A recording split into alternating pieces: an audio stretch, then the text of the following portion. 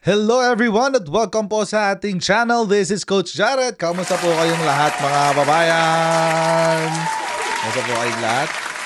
Good morning, good afternoon, good evening wherever you are in God's green earth. At welcome po dito sa ating recorded video for this Sunday morning. Maraming salamat po sa inyong patuloy na panonood po sa atin. Huwag niyo kakalimutan na mag-subscribe sa ating Coach Jared YouTube channel at pa-follow tayo sa ating Facebook page. Tambayan ng mga Coacheros at meron din po tayong second channel. Tayong second channel, ang pangalan nun ay Coach Jared Highlights. At sana po magkita-kita po tayo doon para mapanood nyo rin yung ating bagong content. Sana po magkita-kita po tayo doon mga babayan. Okay. So, at ayun nga pala, by the way, huwag nyo kalimutan i-like itong video na to. At paki-share na rin po ito sa inyo po mga social media accounts. Lalo na po sa mga kaibigan yung DDS. Alam niyo naman ako, mahal na mahal ko ang mga DDS guys. Sa sobrang pagmamahal ko sa kanila, gusto ko mapaayos ang kanilang buhay. At wag nang maging supporter ni Rodrigo Duterte. Dahil sabi nga mga kababayan, sabi mismo ng kanilang poon, kapag ikaw ay naging DDS, huwag mong subukan.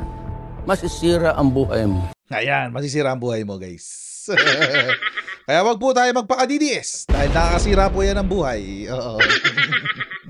Okay mga kababayan. Balikan nun natin yung kwento ni Eden Santos. At mga kababayan kasi, marami yung umiikot na balita at marami din nagpapadala sa akin ng mga komento tungkol sa request ng PCO, Presidential Communications Office, na palitan si Eden Santos. Mukhang marami hong nakaka-misinterpret itong nangyari na ito. At marami din hong gaslighting na ginagawa ang media na naging masyadong entitled sa kanilang pinaggagawa dyan sa Malacanang press corps. Medyo entitled lang kayo ng bahagya. Kasi mga babayan, tulad doon ito. Unahin mo muna sa media.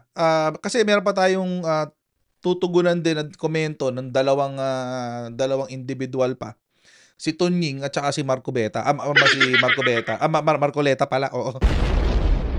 Ayan. So, papakinggan din natin yung kanilang mga sinabi. Pero unahin natin itong ditong sa mga nagkomento na tungkol dito sa request na palitan itong si Eden Santos sa Malacanang press corps. Ito ho ay galing sa press. Unahin natin yung sa press. Okay? Unahin natin yung sa press. Ito mga kababayan, yung sa balita kahapon. Ang sabi Palace reporters up in arms. Uy, galit na galit daw ang mga press ng palasyo dahil dito sa ginawa daw ng PCO. Ito raw ay isang pagsupil ng kalayaan ng media. Wow. Paka-entitled nyo naman. Oo. Hindi naman pinasaraan net 25. Hindi naman binuwag ang Malacanang press corps. Paka-aarte nito mga media na to.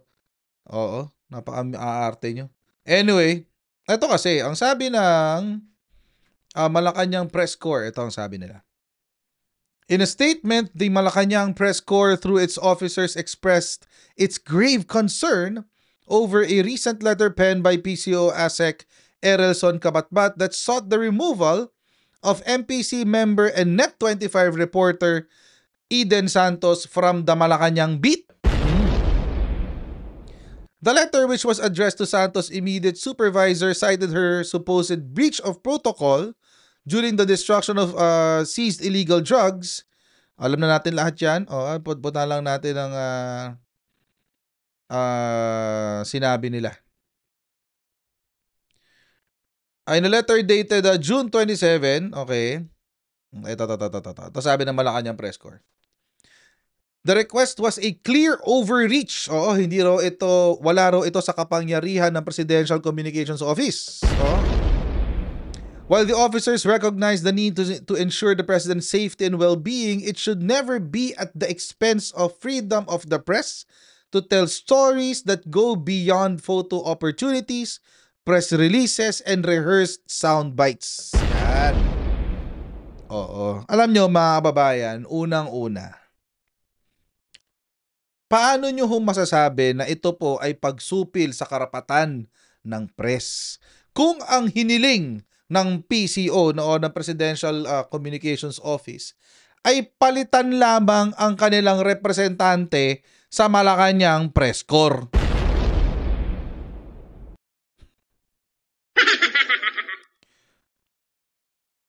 Ulitin ko paano nyo masasabi na ito ay pagsupil sa karapatan o sa kalayaan ng press at media sa Pilipinas kung ang hinihiling ng Presidential Communications Office ay ang pagpapalit lamang ng inyong reporter? Dahil ang reporter nyo ay pasaway. Think of it this way, mga kababayan. Think of it this way. Kung ang plano ay tanggalin ang Net25 mismo sa Malacanang press corps, ayun, doon mag-iingay kayo. Mag-iingay kayo.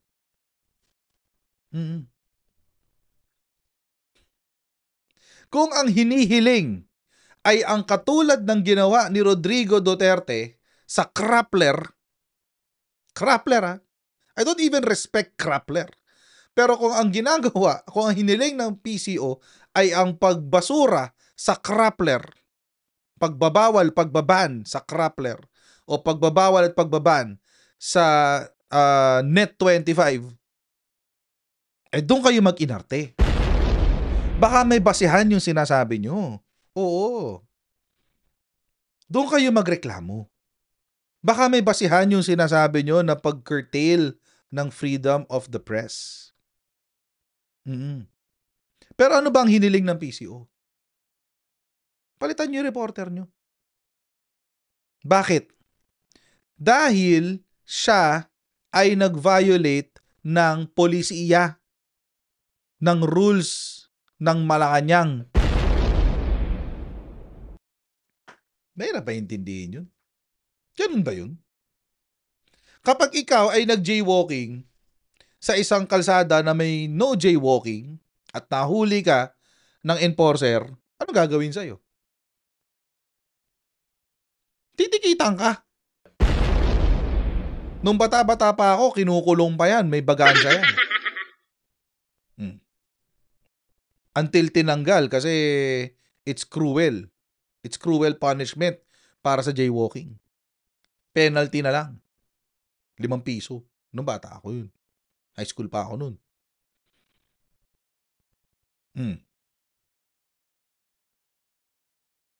Pag ikaw ay nahuli, may ginawa kang kabalbalan, dapat kang disiplinahin. Ganun ho yun. Oo. Buti sana kung ang ginawa ng PCO ay tanggalin si Net25. Hindi. Ang sinabi ng PCO ay palitan lamang ang kanilang representante. Palitan lamang yung kanilang reporter. Oo. Yun. Kaya hindi ko makita ang pinag-iiyak ng butse nitong mga reporter na to sa Malacanang press corps. Anong pinag-iiyak nyo? Ito pa isa, NUJP. Ayan Oh. Anong pinag-iiyak nyo? Hindi naman pinagbawal ang ambush interview. And ito pa mga kababayan, natawa ako dito sa statement ng NUJP. Kasama dito si Ed Langaw si Ed Lingaw. Sabi, "This incident is an opportunity for the palace to look into why reporters would have to resort to ambush interviews in the first place. It may be that they need more information than is being given at briefings or in advisories, or that access to the president is often limited to manage press events and sit-down interviews with select journalists. In any case, it would be more productive for the PCO to arrange regular press briefings or conversations with the president instead of trying to replace reporters whose questions and actions it may disagree with." Uy! Dinala nyo sa ibang kwentuhan ang nangyari dito kay ang request ng PCO. Oo. Wait lang. Unang-una, mga kababayan, balikan natin yung dahilan, ha? Ito ho kasi yung, sige, mamaya natin puntahan yan. Kasi pupunta na ako dun sa sagot eh. Ito hong sinabi ng NUJP. Ito. Yan. Ang gusto ko kasi nilang palabasin, kaya lang daw tinanggal si Eden Santos ay dahil buwisit ang PCO kay Eden Santos.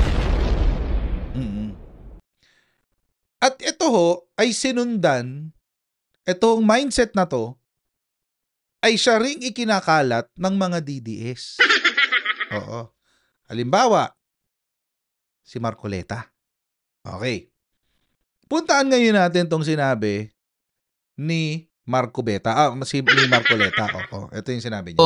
Merong protocol na bawal ang ambush interview sa ating Pangulo. May ganun po na pakiusap sila na kung maaari, wala tayong ambush interview, maliban lang gustuhin ng Pangulo na Yun naman pala eh. Bakit talaga? Ayaw ba ng Pangulo na ma-interview siya? O sila lang ang gumagawa ng paraan? Baka naman ang Pangulo nakahanda namang magpa-interview. Sila lang. Yun nga yung sinasabi ko, yung protocol ba na yan pinag-aralan at yan ba'y sinang-ayunan ng lahat ng mga reporters na may kinalaman dyan? Unang-una, Senator Marcoleta, ito ay polisiya ng Malacanang for the safety and security of the President. Hindi ito kailangan pagbotohan ng mga reporter. Polisiya to ng Malacanang.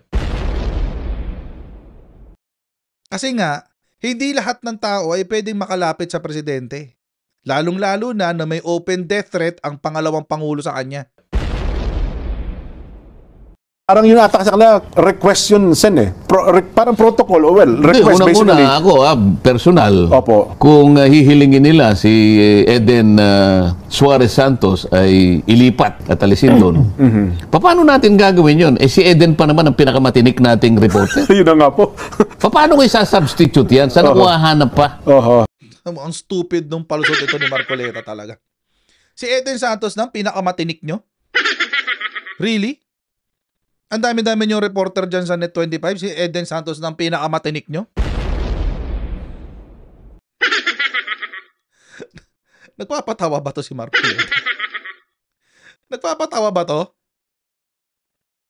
Mamaya, papakita ko sa inyo kung gaano katinik si Eden Santos, mga babae. Pakita ko sa inyo gaano katinik si Eden Santos talaga. Napakahirap namang kumuha ng reporter. Alam mo naman ang reporter natin, taon na. Taon na ang kanilang training dito. Hindi naman ganun kadali na basta ka na lang maglipat. Yes. Saka hindi ganun naman ang patakaran. Baka naman lumalabag na kayo sa press freedom pag gaganyan. May ganun ba? Kung minsan kasi, may kinakailangang itanong talaga at hindi mo naman talaga mapipili yung oras. Lalo na yung pagkakataon. Doon mo lang nakita halimbawa yung taong gusto mong tanungin. At talagang gusto mo namang itanong yun sapagkat bahagi ng tungkulin mo. Hinahabol mo talaga yung deadlines. At siguro, isa sa kanyang assignment ay kailangan nating magkaroon ng ganitong reaction mula sa taong ito. At ang deadline niya, yun ang panahon na nakita niya. Paano mo ipagbabawal yun? Ako, personal ko lang. Siya yung pinakamagaling nating reporter eh. Saan ako hahanap ng ipapalit sa kanya ng ganun-ganun kadali? Ano masasabi ko dyan? Ang stupid ng palusot ni Marcoleta. Yun lang yun.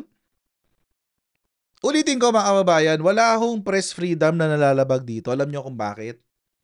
Una, hindi sinabi na tanggalin si Eden Santos sa Net25. Empleyado pa rin siya ng Net25. Number 1. Number 2, hindi rin ni-request na tanggalin ang Net25. Number 2. Palitan nyo lang yung reporter nyo. Dahil nga nag-break ng protocol. Hindi na siya makakalapit sa Pangulo. Ito naman yung sinabi ni Tunying. Ito kay Marcoleta, ang ang palusot niya, wala na silang ibang mas magaling pa kay Eden Santos. Swangit, men. Ito naman yung kay Tunying. Ito matindi. Ito yung malupit mga babayan. No? Ito yung kay Tunying. Gaslighting ang ginawa ni Tunying, mga babayan. Kasalanan pa raw ng Presidential Security Group. Parang wala. Ito na siya. Ito kay Tunying. Ayan.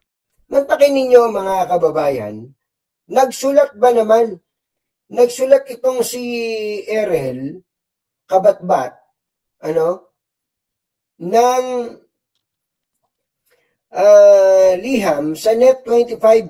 Ito pong si Assistant Secretary Errol Cabatbat. Okay. At alam niyo ba ang kanilang sinasabi sa sulat na ito? Ano sabi? Mga kababayan? Kung di ba naman nang to Ano? Gusto nila tanggalin. Gusto nila tanggalin itong ng Net25 si Eden Santos bilang reporter na naka-assign sa Malacanang. Maski naman kayo naiintindihan yun, di ba? Palitan lang siya bilang reporter ng Malacanang. Oo. Don't make a mountain out of a molehill. This is not an issue of press freedom. Hindi ho ito issue ng press freedom. Ito ay issue ng paglabag ng reporter ng Net25 sa polisiya at protocol ng Malacanang. Yun ang issue. Chine-change topic nyo, palibasa kayo, mga press kayo eh. Kontrolado nyo ang narrative eh. Abusado kayo sa narrative nyo eh.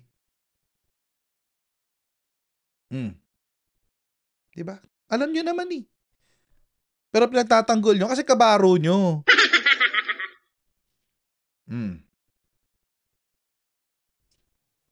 Tuloy. Sana. Ano ba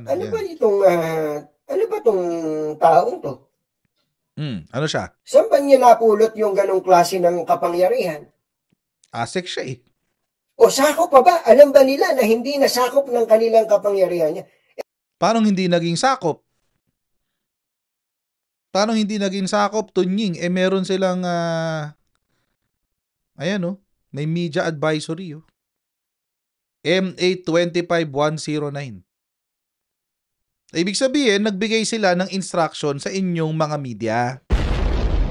Nagbigay sila ng paalala sa inyong mga media.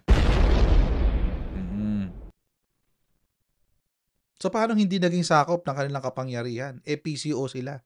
Presidential Communications Office. Trabaho nilang protektahan ang presidente. Trabaho nila na maipag-communicate sa mga media. Siguruhin na ang presidente ay safe sa mga press interview. Hindi sa mga tanong ng press, kung hindi sa mga taong may gustong manakit sa kanya. Pisikal. Trabaho nila maipagtulungan sa PSG. And sinasabi po nila, meron daw pong violation ng protocol. Ito pong si Eden Santos sa pagkukover sa Pangulo.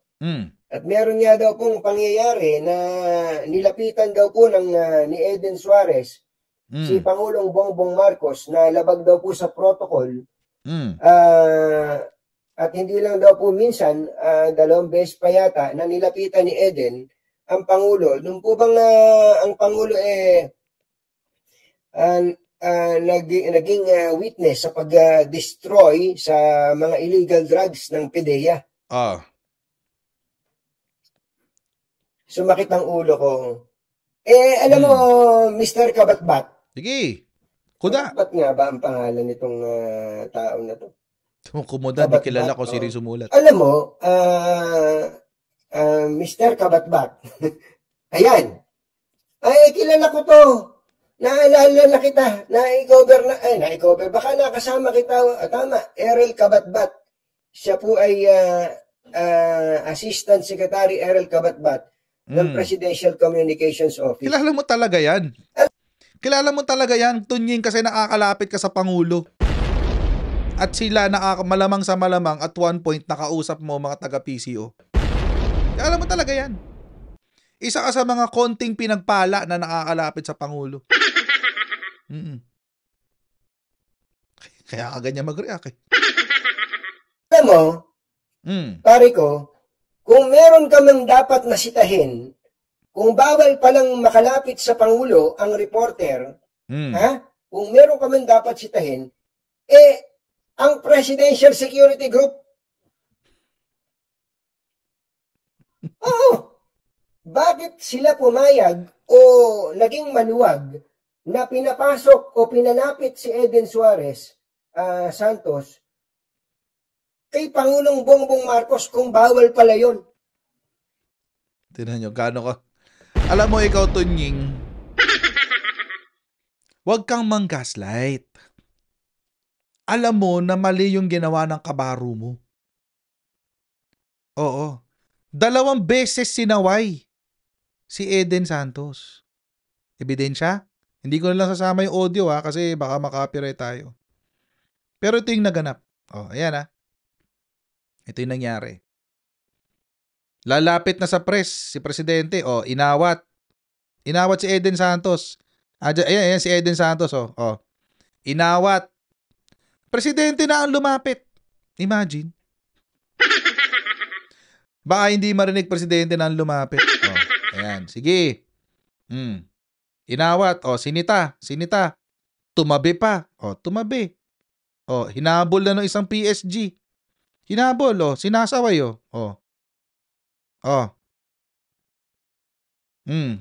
Tinatapik. Sinasaway.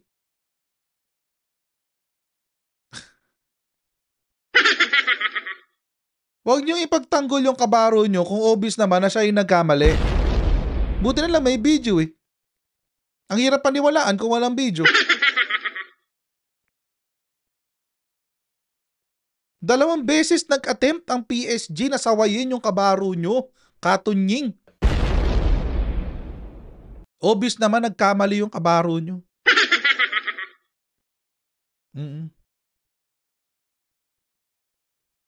Pero alam nyo, yung pinaka-nakakatawa sa akusasyon nitong mga DDS na to, tsaka ni Tunying, ito yung sinabi ni Marcoleta sa huli. Wala sa hulog yung ganun eh. Bakit? Ba't ka namimili, di ba? Ano ba problema? Yun na nga po. Di ba?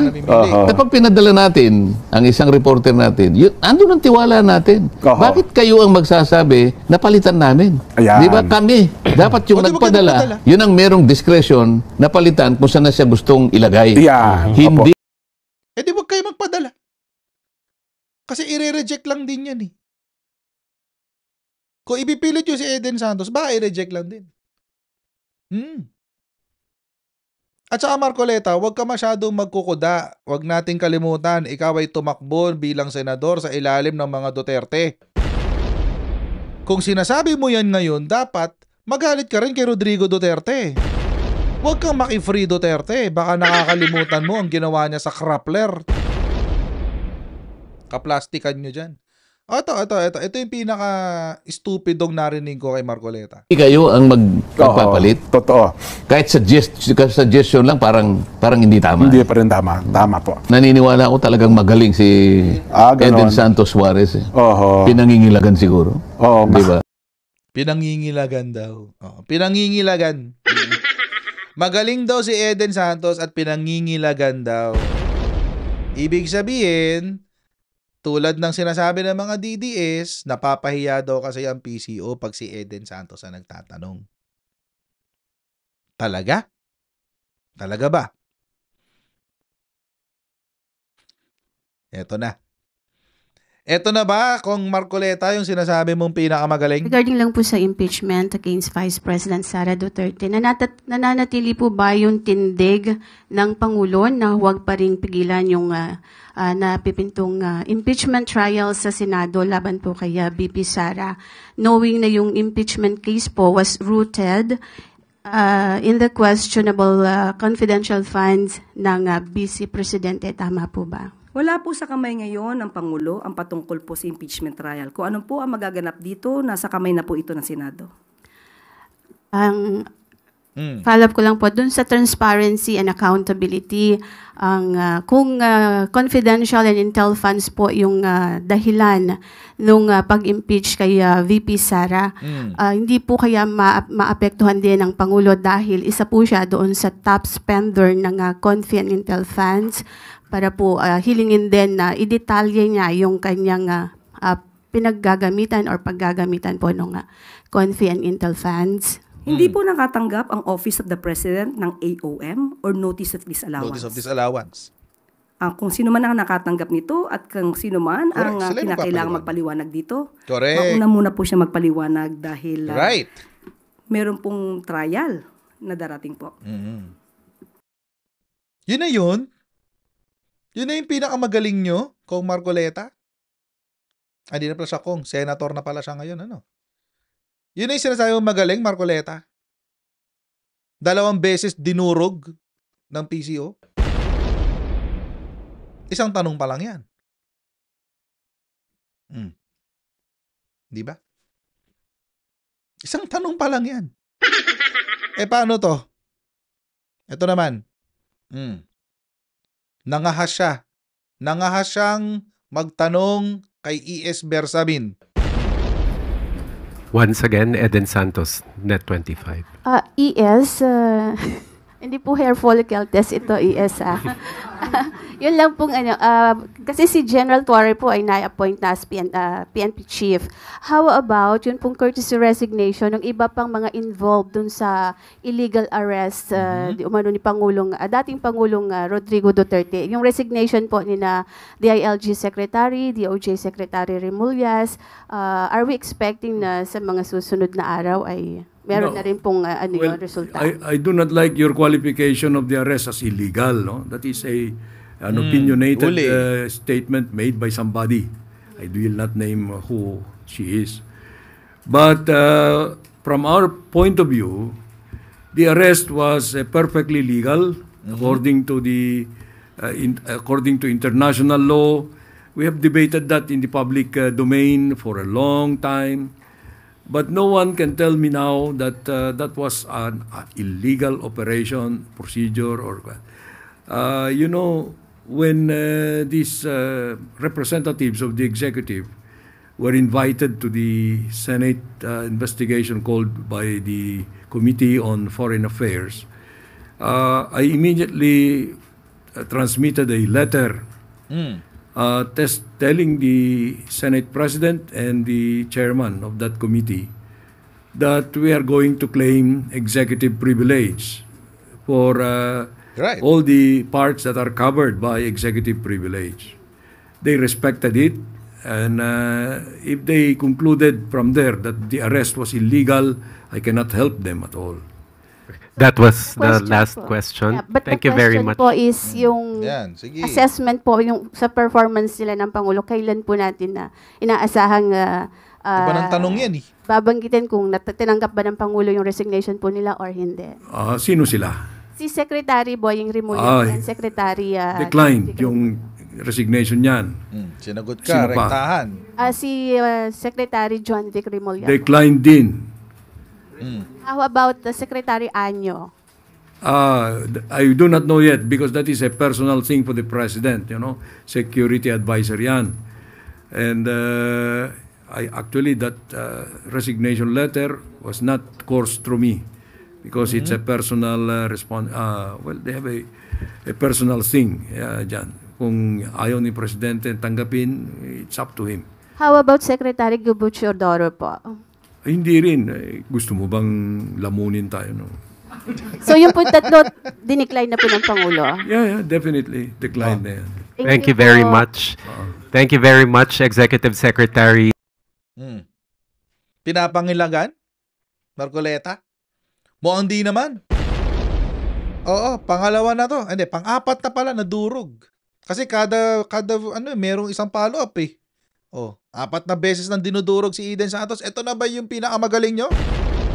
Grabe naman. Napakababa naman pala ng standard ng Net25 kung ganito. Ang mahusay lang pala kayo pagbato ng loaded questions. Pagbato ng intriga. Yun lang pala ang kaya nyong gawin, ano? Hindi na ako naniniwalang ganon. Ayokong maniwalang ganon ang Net25. Kasi nanonood ako ng ASPN. Mahusay yung sa ASPN. Oo. Sila Ali Soto, tsaka yung kasama niya, kalimutan ko lang yung pangalan. Pero yun, nanonood ako nun eh. Mahusay yung dalawang yun eh. So, hindi ako naniniwala na si Eden Santos na yung pinakamagaling na Net25. Hell no. Sa loaded questions, magaling siya. Sa training, siguro, nag-train siya sa mga DDS. O baka pinipick up niya yung conspiracy theories ng mga DDS. Wala na akong magagawa doon. It is what it is. Kasi yun lang ang lagi niya binabato eh. Puro conspiracy theory. Ito pa, isa. Ito. Sige, wait. Okay. Yan. Game. Ako po, sabi niyo sa social media hinihingi. Sino po in particular ang masasabi niyo sa Ayan, wait. Umpisa na sa pinaka-umpisa yung question mismo ni Eden Santos. Ako po, sabi niyo sa social media hinihingi. Sino po in particular ang masasabi niyo sa akin na humihingi ng ganitong klaseng pag-test? Ang atin pong mga kababayan Sino na po in particular? Kung napanood niyo po, sigurong ikaw na po ba? Sige po. Kayo po ang humihingi? Okay. Kaya po masabi lang ninyo na mayroong humihingi. Pero marami po sa social media kung kayo ay nagbabasa po sa SOCMED, Madam Yusek. So, isa ka nga sa humihingi. Kasi po gusto niyo tanong ko nga, isa ka ba? Kasi we have to be specific on this. It. Isa ka ba sa humihingi? Ang mga kababayan po natin. So, isa ka sa humihingi? Actually, I'm a journalist. Hindi nga, naman po ako humihingi. Pero parang gusto si ninyo na meron lang kayong basihan. Basihan. Sino nga po? Kasi sabi niyo po kanina, ay napanood yun niya yata sa social media. Madam Yusek, syempre kami po ay mga Pilipino rin. As a journalist, gusto po namin na hindi fake news. Ito na ba yung best nyo? Really? Marcoleta, ito yung best nyo? Tinatanong lang siya kung sino yung humihingi. Alam naman nating lahat, si Harry Roque lang yan. Hindi niya masabi. Alam niyo kung bakit? Kasi alam niya na isasagot sa kanya, fake news si Harry Roque. Yan na yung best nyo. Sino humihingi sa social media na hair follicle test? Di ba yung mga DDS lang naman? Na supporter ni Marcoleta. Come on. Yun pong aming ibabalita sa taong bayan. Okay, so humihingi po si Attorney Vic Rodriguez, di ho ba matagal na rin naman yung hinihiling niyang hair follicle test. Okay, tanong po natin. Ano po ba ang basihan para sa paghingi at i-demand sa Pangulo ang isang hair follicle test?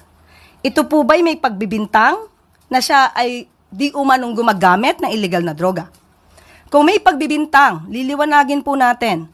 Kung may pagbibintang sa Pangulo, yung nagbibintang ang dapat na magpatunay kung may ginagamit man o wala.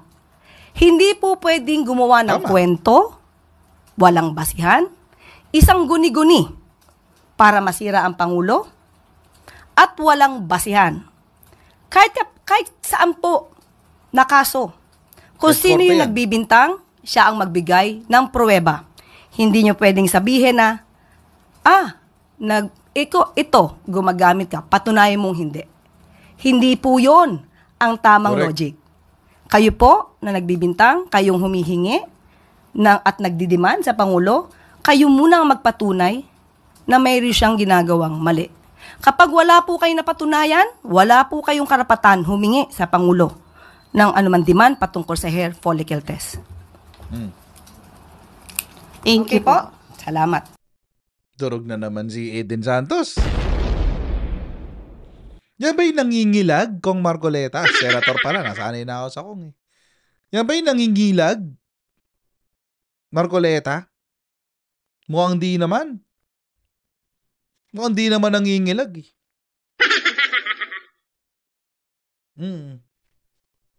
Mukhang di naman nangingilag. Alam nyo mga kababayan, ulitin lang natin, let's not make a mountain out of a molehill. Oo. Hindi ho pinag-uusapan dito ang press freedom. Dahil, una, hindi pinatanggal si Eden Santos sa Net25. Oo. Empleyado pa rin siya ng Net25. Magiging reporter pa rin siya. Walang problema. Pero kailangan siyang palitan. Bakit? Nag-violate siya ng protocol. 2 beses siyang sinaway ng PSG. Hindi siya nakinig. Di ba, Tunying? Nakita naman nating lahat. Ngayon, sabi ni Marcoleta, si Eden Santos daw ang pinakamagaling nilang reporter. At nangingilag lang daw ang Malacanang kay Eden Santos. Pinakamagaling na ba yung walang ibang tinatanong kundi puro intriga? Paano naging magaling yun? Eh di kung yun lang pala ang qualification ng journalist, eh di pati yung kapitbahay namin chismosa, eh pwede nang maging journalist. Oo, intriga lang pala ang katapat para maging mahusay at pinakamagaling na journo. Diba, Kong Marcoleta? Senator Marcoleta? Hindi ba? Paano masasabing nangingilag? Eh lahat ng tanong ni Eden Santos ay sinagot. Kahit walang kwentang conspiracy theory na tanong ni Eden Santos, eh sinasagot ng maayos. Huwag kayo mag-imbento ng issue. Ulitin ko lang mga kababayan, let's not make a mountain out of a molehill. Ang pagtanggal po kay Eden Santos at ang request na siya ay palitan bilang representante ng Net25 sa Malacanang press corps ay kasalanan niya. Wala nang iba. Hindi siya pinangingilagan, hindi rin siya iniiwasan. Pero kasi nag-violate siya ng protocol at wala kayong magagawa. Simple-simple na instruction eh. Lalapit sa inyong presidente. I-ambush interview nyo, lalapit sa inyong presidente. Saan kayo nakakita mga kababayan? Na ang ambush interview kung saan ang reporter ang lumalapit sa presidente, sinusugod ang presidente. Ano to, sugod bahay? Itbulaga? Ganon? Hindi, walang ganon. Stay put ka dyan. Presidente ang lalapit sa'yo.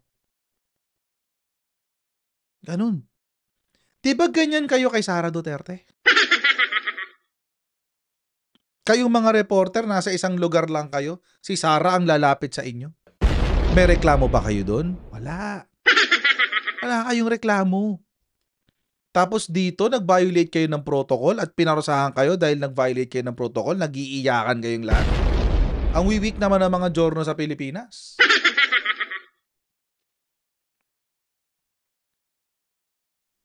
Maiyakin pala kayo. Simple lang mga kababayan. Simple lang naman, mga DDS. You made your bed, now you lie in it. That's it. Eden Santos made her bed, nag-violate siya ng protocol, now she has to lie in it. Okay, so mga kababayan, hanggang dito na lang po muna tayo sa ating video. Maraming pong salamat sa inyong patuloy na pagsuporta sa ating channel. Don't forget to like, share, and subscribe, and I'll see all of you in our next Coach Jared Live. Bye everyone. See you. Bye.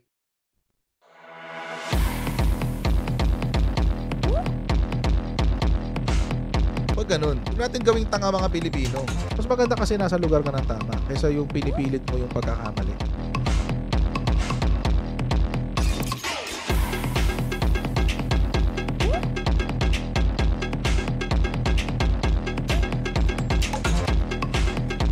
Are they willing to go that far? Hindi makakalimutan ng Pilipino yan hanggat di nasasagot niya. Sino ngayon nagsasabi ng totoo?